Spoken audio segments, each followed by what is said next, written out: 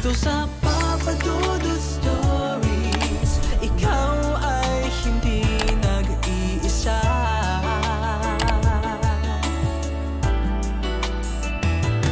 Dito sa Papa Dudut Stories, may nagmamahal sa'yo. Papa Dudut Stories, Papa Dudut Stories. Dear Papa Dudut, sa lahat po ng mga nakatutok ngayon, huwag pong kalimutan mag-like, mag-share at mag-subscribe. Maraming salamat po sa inyong lahat.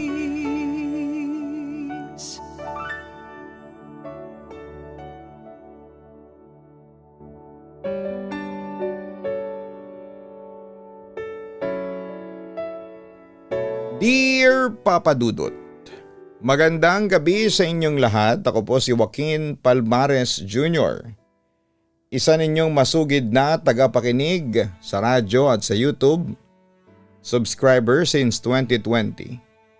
Dito ko ngayon nakabase sa Tumana, Marikina pero tubong Subic, Zambales ako. Nais ko sanang i-share sa inyo ang aking kwentong kababalaghan dahil na-inspired ako sa isa ninyong kwento, yung may title na Santo at Batong Itim. Sa totoo lang, Papa Dudut, ay hindi ko alam kung paano ko sisimulan ang kwentong ito. Pero pakiramdam ko ay kailangan ko itong ibahagi. Hindi po ako mahilig sa mga kwentong kababalaghan. Lumaki akong hindi naniniwala sa multo, aswang o kung anumang nilalang na sinasabi ng mga matatanda. Pero may mga bagay na kahit na anong paliwanag ang gawin mo, hindi mo kayang ipagsawalang bahala. Nagsimula ang lahat noong grade 5 ako. Kapag uwian na namin ay lagi akong naglilinis ng bahay dahil mag-isa lamang ako tuwing alas 4 hanggang alas 7 ng gabi. Dahil may mga pasok pa ang iba kong mga kapatid at ang iba ay nasa galaan. One time noong uwian na namin, pagod ako, nagpahinga muna ako ng halos 1 oras tapos nag-cellphone. Pagkatapos noon, Papa Dudut, ay sinimulan ko nang maglinis ng bahay dahil lagpas alas 7 na at pauwi na ang mga kasama ko sa bahay. Madilim na ng mga oras na yon. Ang bahay kasi namin ay parang kubo sa labas pero hollow blocks sa loob. Merong ilaw banda sa kubo na may ilawan pati sa loob. Pero konti nga lang. At dahil tamad na akong buksan ang ilaw sa loob ay hindi ko na lamang binuksan. Ang binuksan ko na lamang ay yung bintana para may liwanag ng kaunti dahil may ilaw sa labas. Ayon, nagwalis na ako sa loob at meron kasi kaming aparador sa bahay. Nakaharap sa akin. At habang nagwawalis ako ay napalingon ako sa aparador dahil meron itong salamin. Minamasid ko ito dahil parang may nararamdaman akong kakaiba. At yung habang nagwawalis ako ay napalingon ako bigla sa aparador. At parang merong biglang sumulpot na lalaking nakaputing barong. Alam kong hindi ako namamalik mata dahil kitang-kita sa salamin. Noong una ay natulala ako ng 5 minuto dahil sa kilabot at takot.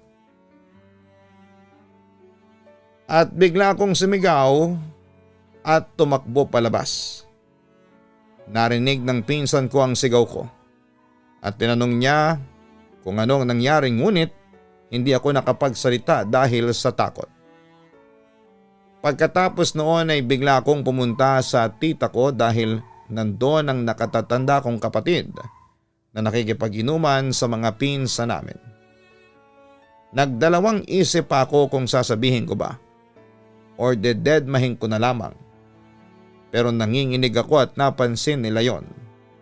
At tinanong nila kung ano ang nangyari at sinabi ko sa kanila yon at bigla akong naiyak. Biglang nagsitayuan ang mga balahibo ko.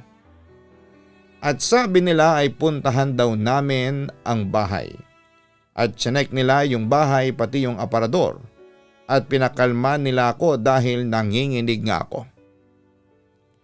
Pagkatapos kong mahimasmasan, sabi ng kuya ko sa isa kong kapatid na nakakatanda sa akin ay bantayan muna ako dahil nagluluto siya.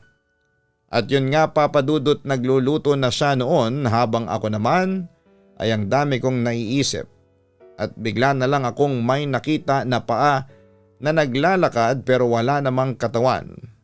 At nung lumingon ako kay kuya at sinabi, pero ito ay biglang nawala. Siyempre nagpanik na naman ako noon kasi first time kong makakita ng ganon. At matagal na kami sa bahay na yon pero wala namang kaming nai-experience na nagmumulto roon. Kaya naging palaisipan sa akin bakit bigla na lamang akong nakakita ng multo sa bahay namin. Noong gabing yon ay hindi talaga ako nakatulog. Kinabukasan naman ay dinala ako ng mga magulang ko sa simbahan at kinausap ang isang pare. Gumana naman ang pakiramdam ko pagkatapos niya akong dasalan. At simula noon ay hindi na ulit ako nakakita pa ng mga multo. Makalipas ang ilang linggo, bumalik na ulit sa normal ang buhay ko. Nakalimutan ko na yung mga nakita ko at naging madasali na rin po ako. So akala ko ay sapat na yon Papa Dudut para maging payapa na ang buhay ko. Pero isang araw, hindi ko akalain na magkakaroon ulit ng kababalaghan ang aking buhay. Pero bago ako magsimula doon ay hayaan niyo munang i-describe ko sa inyo ang aming bahay. Nasa looban ng bahay namin at bago kayo makapasok sa looban ay may makikita muna kayong malaking bahay which is bahay ng lola ko na namatay na noong pang 2000. Sobrang luma na noon at wala nang nakatira. At kapag tinitigan mo yon is napaka-creepy. Hindi nagtagal ay inayos ni Papa ang bahay na yon at doon kami tumira ng mga magulang ko dahil yung original na bahay namin ay ibinigay na sa panganay kong kuya dahil nag-asawa na ito at magkakaanak na sila ng kambal. Nung una ay diskumpiyado ako sa bahay ni Lola. May 2 palapag doon sa taas pero hindi namin inaakyat kasi sobrang luma na. Kasi parang pag inakyatan mo yon, para kang mahuhulog. Kaya ginawa ng tatay ko ay gumawa siya ng kwarto doon sa ibaba, which is sa sala, kaya doon kami natutulog tapos sa kusina doon mo makikita yung hagdanan as in magkatabi lang yung kainan at yung hagdanan. So ayun na nga Papa Dudut, mga bandang 10 PM yon. Pagkatapos namin kumain ng hapunan ay ginawa ko, tinabihan ko ang aking ina kasi nanonood siya ng TV noon. Tapos yung 2 kong kapatid ay nasa kwarto na namin para matulog. Mga bandang 11 PM, magsi-CR sana ako kaso'y napansin kong hindi pa nakalak yung pintuan. Kaya lumabas ako. Yung pinto namin doon is yung dislide. Pang sinauna siya. Balik tayo sa kwento. Pumasok din agad ako sa loob at sinarado ko na yung pintuan. Kasi yung mga oras na yon ay matutulog na rin si Mama. Pagkasarado ko sa pinto ay nag-CR na ako. Pero Papa Dudut, paglabas ko ng CR ay nakita kong parang may anino doon sa may taas. At dahil nga sa curiosity ay ginawa kong umakyat doon. Kasi akala ko ay may nakapasok. Pag-akyat ko ay bumungad sa akin yung damitan ng lola ko na may salaming malaki at sobrang dilim pa. Kinilabutan ako. Bababa na sana ako nang muli akong mapalingon sa salamin at doon ay may nakita akong malaking tao na maitim tapos ay nakayuko lang siya. Sa sobrang takot ko ay hindi na ako nakagalaw doon sa kinakatayuan ko. Pero pumikit na lamang ako. Siguro makalipas ang 1 minuto ay may narinig akong tunog na parang naglalakad. Pagdilat kong muli ay napatingin ako sa damitan ng lola ko.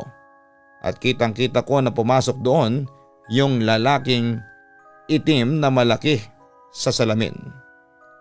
Sa puntong iyon ay nakagalaw na ako at dali-dali akong bumaba at pumasok na sa kwarto. Nagkataon naman nagising pa si mama kaya tinanong niya ako. "Bakit, Joaquin? Ano nangyari sa'yo?" Tanong niya sa akin. Umakyat po ako sa taas kasi may nakita po akong anino. Pag-akyat ko po, doon sa salamin ng tukador ni Lola, may nakita po akong malaking tao na maitim na pumasok sa loob ng salamin. Kwento ko sa aking ina. Nakita ko namang nagbuntong hininga si mama. Pagkatapos ay nagsalita siya. "Guni-guning mo lang yon. Matulog ka na. Basta kahit na ano pang makita mo doon sa taas, huwag ka nang umakyat. Baka maaksidente ka pa dahil dyan sa kakulitan mo. Tandaan mo, 11 anyos ka na. Hindi ka na dapat nagpapaniwala sa mga multo." Dagdag pa ni mama. Wala naman akong choice noon kundi ang matulog na lamang ng gabing yon. Kinaumagahan agad ako nagpunta ng simbahan para magsimba sa pag-asang hindi na ako makakaranas ulit ng kababalaghan sa bahay ni Lola. At mukhang umepekto naman yon kasi isang linggo namang naging okay ang buhay ko. Pero dumating ang Lunes. Galing ako noon sa bahay ng kaklase ko dahil may project kaming ginawa. Since ilang metro lang naman ang layo ng bahay namin sa bahay ng kaklase ko, ay naglakas loob na akong umuwi ng gabi ng mag-isa. At saka malakas ang loob ko noon kasi walang sisita sa akin. Kami lang ng mga kapatid ko ang nasa bahay at umalis ang mga magulang namin papuntang probinsya para may asikasuhin. Mga bandang 11:00 na noon, chinat ako ng mga kapatid ko. Nawala sila sa bahay at sinarado raw nila ang mga ilaw sa buong bahay kaya madilim. Nasa bahay sila ng kaibigan nila nakikipag-inuman dahil birthday nga ng kaibigan nila. At tulad nga ng nakasanayan, naglakad ako sa tahimik naming kalsada. Sanay na ako sa katahimikan ng ganitong oras, ang marahang huni ng kuliglig, ang malamig na simoy ng hangin, at ang mga ilaw ng poste na nagbibigay ng mahihinang anino sa daan. Pero sa gabing yon, may kung anong bumabagabag sa akin. Hindi ko alam kung bakit pero pakiramdam ko ay may sumusunod sa akin. Pagdating ko sa bahay, napansin kong bukas ang ilaw sa sala. Kinabahan ako. Sabi ng mga kapatid ko ay pinatay nila lahat ng ilaw. Kilala ko ang mga kuya ko kasi sila ang nagbabayad ng ilaw at tubig namin at nagtitipid sila. Kaya hindi sila nagsasayang ng kuryente. Alam kong wala akong kasama sa bahay kaya hindi dapat may ibang tao sa loob. Dahan-dahan akong lumapit at sumilip sa bintana at doon ko siya nakita. May isang lalaking nakatayo sa harapan ng malaking salamin sa sala. Hindi ko kaagad maaninag ang mukha niya dahil nakatalikod siya. Pero may kung anong pamilyar sa kanya. Parehas ang tindig, ang suot na hoodie, ang kulay ng pantalon, at nang tingnan ko ang kanyang refleksyon sa salamin. Ako. Oo, Papa Dudut. Ako mismo ang nakita ko sa loob ng bahay ko. Hindi ko alam kung paano ako nakakakilos noon. Bigla akong umatras, nanlalamig ang buong katawan. Hindi ako makapaniwala sa nakita ko. At bago pa ako makatakbo ay dahan-dahan siyang lumingon sa direksyon ko. Hindi ang katawan niya. Ang refleksyon niya sa salamin ang gumagalaw muna. Nagtagpo ang mga mata namin at saka siya ngumiti, isang ngiti na hindi maipaliwanag. Hindi itong ngiti ng saya, hindi rin ng pagkagulat. Isa itong ngiti ng parang nagsasabing alam kong nandyan ka. Simula ng gabing yon ay hindi na ako mapakali. Hindi ko alam kung ano ang nakita ko. Pero pilit ko itong ipinaliliwanag sa sarili ko. Baka pagod lang ako. Baka guni-guni lang yon. Pero sa kaloob-looban ko ay alam kong hindi ito imahinasyon. Alam kong may ibang bagay na gumagalaw sa loob ng bahay ko. Papadudot ilang gabi akong hindi makatulog. May mga pagkakataong pakiramdam ko ay may nakatingin sa akin mula sa dilim. Minsan sa gilid ng paningin ko. Para bang may anino akong nakikita na mabilis na naglalaho kapag nililingon ko. Hindi ko sinasabi kanino man ang tungkol dito. Hindi ko rin alam kung maniniwala sila kung sakaling ikwento ko. Makalipas nga ang ilang araw habang naliligo ako ay may narinig akong kaluskos sa labas ng banyo. Napahinto ako. Hindi naman mahangin sa loob ng bahay kaya imposibleng may gumalaw na kung ano. Pinakiramdaman ko ang paligid at saka ko narinig ang mabagal na tunog ng mga yabag. May taong nakatayo sa labas ng pintuan. Dahan-dahan akong sumilip sa maliit na siwang ng pinto. Doon sa ilalim ng mahihinang ilaw sa pasilyo ay nakita ko siya. Ako, ang doppelganger ko. Nakatayo lamang siya roon nakaharap sa pinto ng banyo. Hindi siya gumagalaw pero ramdam kong alam niyang gising ako. Alam niyang nakikinig ako. At saka siya kumatok. 3 beses. Mabagal, mabigat at halos hindi ako makahinga sa takot. Pinilit kong pigilan ang sarili kong magsalita pero bago pa ako makakilos ay narinig ko ang boses niya. Joaquin, hindi ito boses ng ibang tao, boses ko ito. Simula noong gabing yon ay alam kong hindi na ako nag-iisa sa bahay. Kahit saan ako lumingon, kahit na anong gawin ko ay naroon siya. Sa tuwing didilim ang paligid ay nararamdaman kong may presensya siyang nagmamasid sa akin. Hindi ko na rin nagawang tumingin ng diretsyo sa salamin. Minsan sa isang iglap lang, nahuhuli ko siyang nakatayo sa hindi kalayuan. Palaging nakatingin sa akin at ang kinakatakutan ko. Minsan sa tuwing tumitingin ako sa salamin, hindi agad gumagalaw ang refleksyon ko. Minsan nakangiti ito at hindi ako ang may kontrol hanggang sa tuluyang nawala na ako sa realidad. Wala akong kalam-alam na yun na pala ang simula ng bangungot ko. Sinapian ako ng gabing yon at hindi ko alam kung anong nangyari kasi nag-blackout ako. Wala akong matandaan, basta pagkagising ko na lang ay nasa ospital ako puno ng pasa at sugat ang buo kong katawan. Nakapaligid sa akin ay yung mga magulang at kapatid kong umiiyak at nag-aalala sa akin. Naroon din ang isang pare na sa tingin ko ay sugatan din pero nakakabangon na ito. Joaquin, 1 linggo kang sinapian ng dyablo. Sabi agad sa akin ni Mama. Buti na lang at nagtagumpay si Monsignor Franco. Natalunin yung sumanib sa katawan mo. Dagdag pa niya. Naguluhan naman ako sa aking narinig. Magsasalita pa sana ako pero hindi ako makapagsalita. Para kasing masakit ang lalamunan ko. Kaya nanlumo lamang ako noon. Hindi ako makapaniwala na 1 linggo na agad ang lumipas at sa 7 araw na yon, pinahirapan pala ng demonyo ang katawang lupa ko. Akala ko, Papa Dudut, ay hindi na mauulit yon pero nagkamali ako dahil makalipas ang 3 gabi. Muli na naman akong nakaranas ng matinding bangungot. 7:00 pa lang ng gabi noon nang nilagnat ako. Nakahiga ako noon katabi si Mama dahil sabi niya ay babantayan niya ako. Pero siya pa itong unang nakatulog. Minulat ko yung mata ko, then in blurry vision ay nakita ko ang doppelganger ko na nakatayo sa pintuan. Inaaya niya ako na umakyat kami sa itaas sa salamin ni Lola dahil dadalhin daw niya ako sa kanyang mundo. Sabi ko na lamang ay hindi po pwede kasi may sakit ako. Pagkatapos noon ay sinubukan kong matulog ulit. What happened next was very scary. Nagising ako na nakahiga na ako sa lumang kama ni Lola sa 2nd floor. Dahil may suot akong relo noon ay sinilip ko yon 3:00 na ng madaling araw. Gulong-gulo na ako. Hindi ko alam na paano ako nakarating doon. Agad naman akong buwaba at tiyempong lumabas naman sa kwarto si Mama at agad niyang binuksan ang ilaw sa sala. Anong ginagawa mo sa itaas, Joaquin? Tanong ni Mama sa akin. Hindi ko po alam. Nagising na lang po ako na nandun ako sa kwarto ni Lola.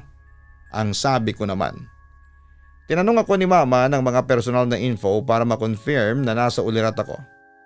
But in just a few seconds, nakita ko ulit yung kamukha ko na nakatayo sa hagdan na nililisik ang mga mata. Hanggang sa naramdaman ko na lamang na parang siya ang nasa loob ng katawan ko. Then, poof, hindi ko na alam ang nangyari. Pero sabi ng mga kapatid at mga magulang ko ay nanlilisik daw ang mata ko at nagsasalita ng kung ano-ano. Pero mabilis naman daw nawala yung sumanib sa akin pagkatapos nilang banggitin ang pangalan ni Heso Kristo. Kinabukasan, nag-start na yung hallucinations ko at visions. Every time papadudot na nakikita ko sa salamin yung lalaking kamukha ko na galit ay sumasakit yung tiyan ko. Na as in namimilipit ako. Another day muli ko nakita ang lalaki sa salamin ng CR namin na parang bumubulong. Maya-maya ay sumakit na ang tiyan ko to the point na halos kahit wala akong kuko, yung mga daliri ko ay bumabakat sa pader sa sobrang kalmot ko. Inilapit nila ako sa ibang mga albularyo at muling napayapa ako. Akala nga namin ay tapos na. Pero makalipas lamang ng 2 araw ay nag-decide ang mga kuya ko na itali ang paa ko sa paa nila in case na may mangyari o maglakad ako bandang 2 AM ay naramdaman ko na may humihila sa buhok ko. Nagising na ang lahat at nagpanik hanggang sa ginunting na nila yung buhok ko. Takot na takot ako that time, gusto ko nang sumuko at mamatay na lamang. A day after ay nagising na lamang ako na hindi ako makapagsalita. Ang akala ko ay sore throat lang, mamayang kaunti habang nanananghalian kami ay bigla na lamang nagdilim ang paningin ko. Di ko na alam ang mga sumunod na mga nangyari. Pero kwento ng mga witnesses ay sinubukan ko daw patayin ang pamilya ko. That time ay hinang-hina na ako to the point na halos sumuko na ako. Buti na lamang at nagpatawag ulit si Papa ng paring exorcist. Although nasa kabilang bayan pa ito but they insist to paid for his transport fare kahit mahal para lamang gumaling ako. Then the exorcism start. Tinalian nila ako at sinimulang tanungin at takot na takot ako. At ayon sa kanila ay may mga lumalabas daw sa bibig ko na ibang mga boses. Hindi nyo na siya makukuha. Akin lang si Joaquin. Tapos noon ay nawala na ulit ako sa ulirat. Sabi ng mga nakakita ay nilagyan daw ako ng palito ng posporo sa bawat pagitan ng daliri sa paa at kamay. Saka ito pilit na pinagdidikit para daw ito masakta ng elementong nasa loob ng katawan ko. Pagkatapos daw noon ay binuhusan daw ako ng holy water sa bumbunan at umusok daw ako. Pagkatapos noon ay tumahimik na raw ang paligid at nakita daw nila na may lumabas na itim na usok sa katawan ko na parang nagmamadaling lumabas ng bahay. After that day ay gumaling na ako pero simula nang mangyari sa akin yon ay hindi na ako naging normal na tao. Nabuksan ang third eye ko pero I insist to live normal. Sa ngayon ay okay na po ako, may sarili na rin po akong pamilya at dito na kami nakatira sa Tumana sa Marikina. Nagiba na rin pala yung bahay ni Lola at tinayuan na lamang ng apartment kung saan ay doon nakatira ang mga kapatid kong may mga pamilya na rin. Sa kabilang banda ay wala na sina mama at papa dahil na rin sa katandaan. Ganun pa man ay nananatili ang mga alaala nila sa akin. Papa Dudut, dito ko na po tatapusin ang kwento ko. Sana po ay mabasa mo ito at mapiling i-ere sa Papa Dudut YouTube channel. Muli maraming salamat at magandang gabi sa inyong lahat. Lubos na gumagalang, Joaquin Palmares Jr. Maraming salamat Joaquin sa pag-share mo ng kwento sa aming programa. Kapag usapan ng sapi o demonic possession, palagi niyong tatandaan na ipaubaya ninyo ito sa mga exorcist na tinalaga ng simbahan dahil sila ang mas nakakaalam at sila ay na-trained para sa ganitong sitwasyon. Mahirap kalaban ang dyablo pero wala silang panalo dahil alam nating sa atin nakapanig ang Diyos. Kaya huwag kang mawala ng pananampalataya o paniniwala kahit na maraming hindi magandang pangyayari ang nagaganap sa iyong buhay. Pray and you'll be saved. Hanapin ang Kaistorya YouTube channel at mag-subscribe. Ganon din sa Papa Dudut Family YouTube channel. Magandang araw po sa inyong lahat.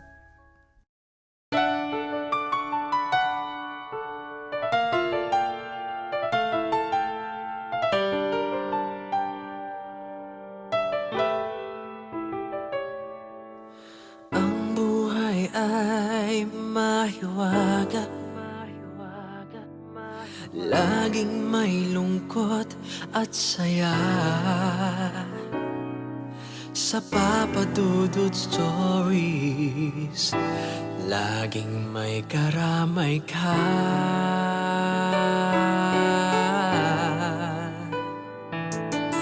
Mga problemang kay bigat, dito ay pakikinggan ka. Sa Papa Dudut Stories, kami ay iyong kasama.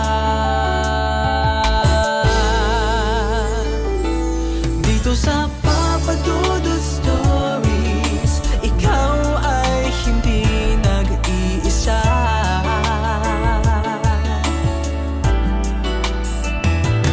Dito sa Papa Dudut Stories, may nagmamahal sa'yo.